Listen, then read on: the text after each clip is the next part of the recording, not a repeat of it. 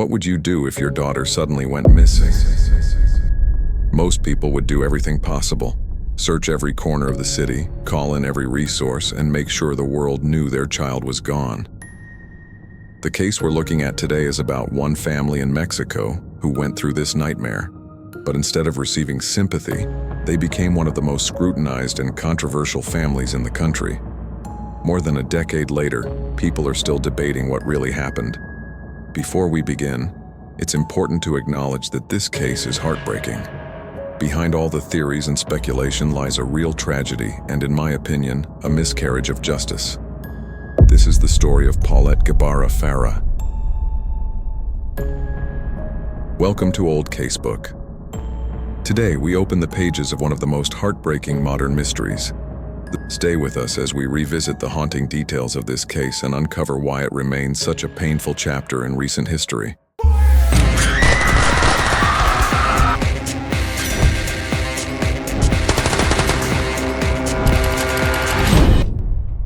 Paulette was born on July 20th, 2005 in Mexico City to her parents, Lisette Farah and Mauricio Gebara. She had an older sister, also named Lisette after their mother, whom I'll refer to as Lisette Jr. to avoid confusion.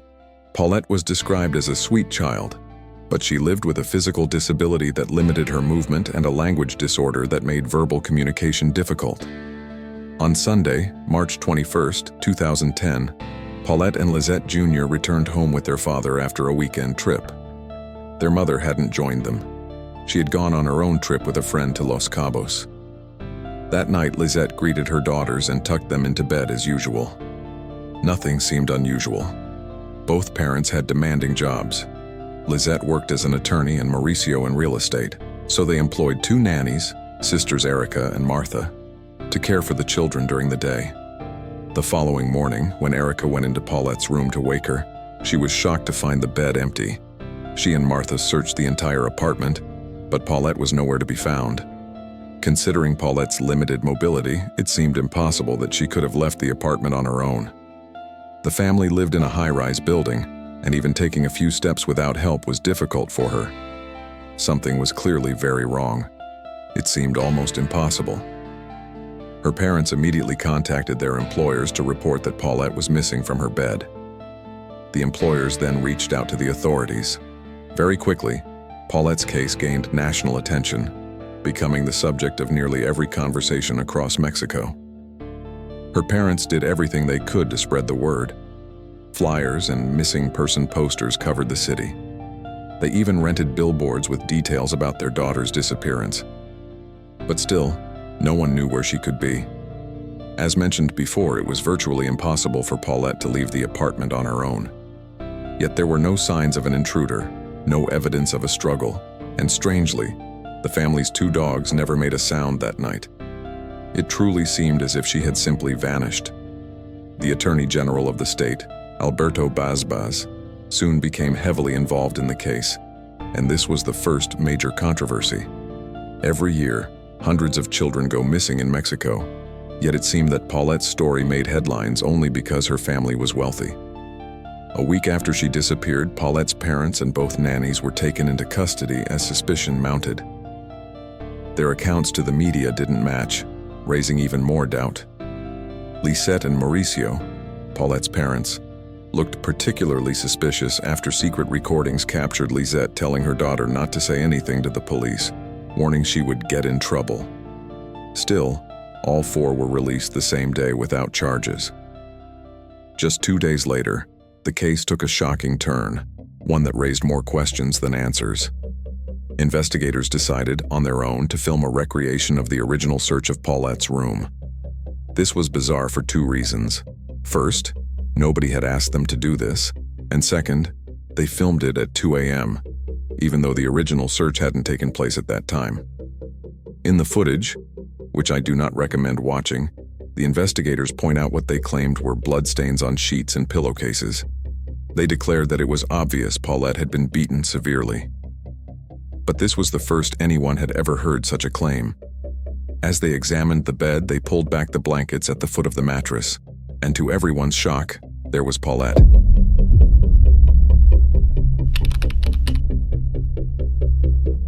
She was lodged between the mattress and the bed frame, still wearing the same pajamas she had worn the night she disappeared. The discovery immediately turned the entire case into a media circus. How could she have been there for 9 days without anyone noticing? The nannies swore she had not been there when they discovered her missing. They claimed they had searched the room top to bottom and would never have missed her. What's more than 100 people had been inside that room during the investigation. None of them noticed her either. Perhaps most disturbing of all, family and friends had actually slept in that very bed during those 9 days, including Lisette's friend Amanda. This revelation only deepened suspicion around Paulette's parents, especially her mother, Lisette. According to Erica, while everyone else was desperately searching for Paulette, the parents didn't appear upset or even concerned. Erica recalled that the very morning after Paulette went missing, Lisette sat calmly in the living room, drinking coffee, smoking cigarettes, and seemingly unbothered. What stood out even more were Lisette's unsettling remarks. She allegedly joked about her daughter's disappearance, suggesting that maybe Paulette had been taken by aliens or even by Harry Potter. But her most shocking comment was this: "Even if I lose Paulette, I still have another daughter." Despite these strange circumstances, Paulette's death was officially ruled an accident. The coroner stated that she had gone to sleep with an orthopedic blanket covering her mouth, and during the night, she either became tangled in it or accidentally swallowed part of it. According to this explanation, she rolled toward the end of the bed, became trapped between the mattress and the frame, and suffocated. But this finding didn't sit right with many. At a reenactment, investigators pointed out that there was blood on the bed and insisted it was obvious Paulette had suffered physical injuries. Still, the coroner maintained there were no signs of harm, no evidence her body had been moved, and no indication of foul play. Many refused to believe that. Alberto Basbas, who had searched the bedroom himself, claimed he never once saw any trace of Paulette in that room. He openly rejected the accident theory, insisting that the truth was being covered up and that Paulette had been killed, likely by her own mother. After Paulette's body was discovered, Lisette's behavior only drew more criticism. She came across as cold and emotionless, even detached. Legal psychiatric expert Sandra Yadyam described her as someone distant in both affection and emotional attachment. The mounting pressure also took its toll on Lisette's marriage. She and Mauricio officially divorced in 2014, but tensions had surfaced long before. Following Paulette's death, Lisette even filed a restraining order against her family and battled Mauricio in court over custody of their surviving daughter. The media fueled the chaos by highlighting recordings of Lisette and her older daughter, which some saw as incriminating. Both Lisette and Mauricio insisted the audio was taken out of context, and authorities never had enough evidence to charge either of them. In many ways, this case has often been compared to the infamous JonBenet Ramsey case. A young girl from a wealthy family goes missing, is later found dead inside her own home, and all the while her parents' behavior makes them appear guilty, even if nothing is ever proven. Unlike JonBenet's case, however, Paulette's was quickly closed, leaving behind lingering suspicion, unanswered questions, and a haunting sense that the truth may have been buried forever. Paulette's case could one day be solved, but sadly, that seems less and less likely as the years go by. She was laid to rest on April 6, 2010, and her father didn't even attend the service. Lisette later told the press that she couldn't believe her husband suspected her of being involved in their daughter's death. In fact, he even asked her not to attend the service herself.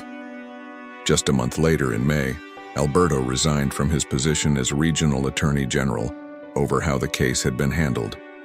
He insisted everything was done properly, but admitted any mistakes were his responsibility, including the fact that it took so long to find Paulette's body, which had been hidden in plain sight. The case has faced harsh criticism from the media, the public, and even politicians.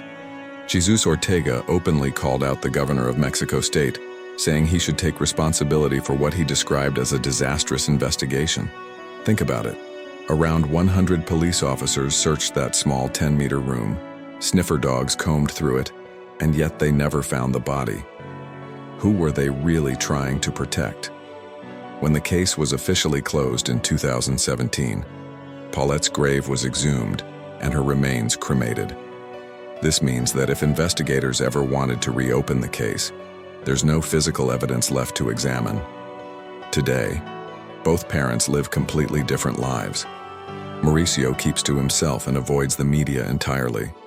Lizette also stays mostly quiet, though she occasionally gives interviews. Perhaps because she was under heavier public scrutiny than her ex-husband, she feels the need to keep reminding people of her innocence. In one interview, she said she doesn't hold a grudge against the press for implying she was guilty, but she does resent how speculation about her ended up being published in trusted news sources. As for Paulette's sister, it's nearly impossible to find any information about her online. She would almost be 18 now, and I can only hope she's managed to live as normal a childhood as possible. If she does know something, maybe one day she'll feel confident enough to speak up. So what do you think about this case? For me, it's one of the most baffling stories I've ever come across. The fact that Paulette was in that room for 9 whole days and nobody noticed just doesn't make sense. I can't wait to hear your thoughts in the comments below. The tragedy of Paulette Gebara Farah continues to raise doubts, suspicions, and sorrow. Whether justice will ever come is uncertain, but her story is one that should never be forgotten. We uncover the cases that must not be forgotten. Until next time, stay safe, stay aware, and never stop asking questions.